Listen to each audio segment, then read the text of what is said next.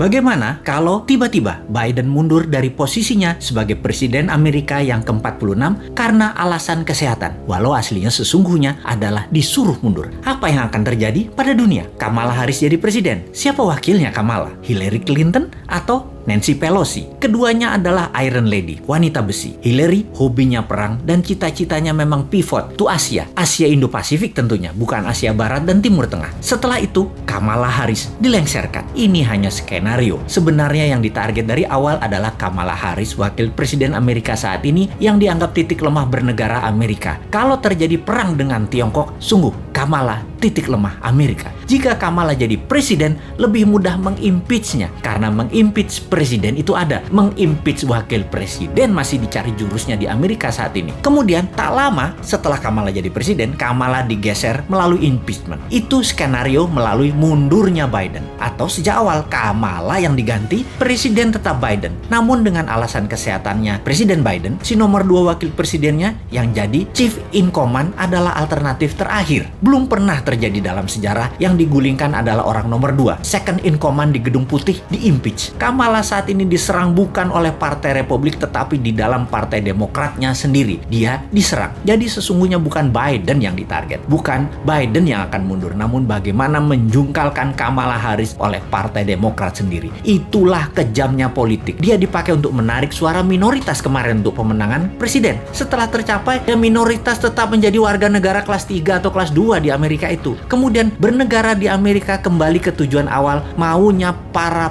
plutokrasi di Amerika. Plutokrasi adalah segelintir orang kaya mengendalikan negara. Plutokrasi dan oligarki di Amerika menggunakan negara untuk mencaplok negara lain dan merampok rakyatnya sendiri. Amerika itu negara swasta. Negara lawannya yang oposisi persis yaitu Tiongkok. Tiongkok negaranya dikendalikan pemerintah otoriter partai komunis atau negara partai. Itulah bedanya Amerika dengan Tiongkok. Indonesia, 7 presiden adalah negara partai, terutama 3 presiden terakhir, di mana swasta hanya dapat porsi 20%, yang 80% pemerintah. Nanti ketika new mind terjadi, maka terbalik. 80%-nya swasta, 20%-nya pemerintah. Indonesia jadi negara swasta, namun bukan swastanya plutokrasi dan oligarki, tetapi strong UKM. Itu beda.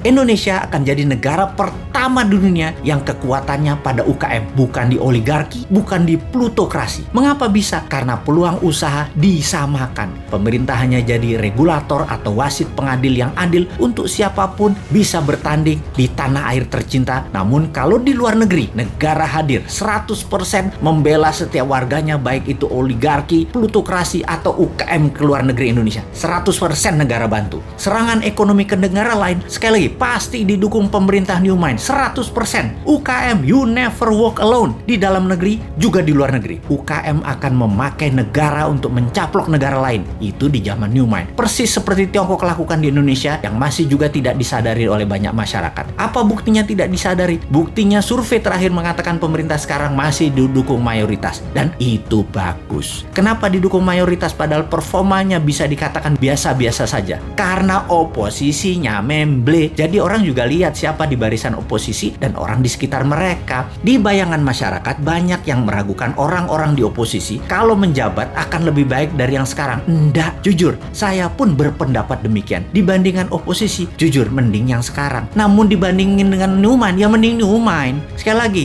kalau surveyornya mensurvei New Mind sebagai contender atau penantang incumbent dan oposisi di barisan Old Mind, rasanya beda. Puaskah Anda dengan kinerja Old Mind? Demikian kira-kira kalimat surveinya. Lalu dibandingkan dengan konsep New Mind, mana kira-kira pilihan masyarakat terhadap dua konsep bernegara itu? Siapa yang bakal unggul? Siapa yang bawa Indonesia 100 tahun di tahun 2045 menjadi negara superpower? Old Mind atau New Mind? Sekali lagi, sungguh kalau ditanya, di dalam Old Mind itu ada siapa? Oligarki di situ, politikus kawakan di situ, duit di situ, pejabat di situ, jabatan di situ. New Mind punyanya cuma semangat doang, tetapi berani. Kesimpulan, kita akan berhadapan di 2024. See you at 2024.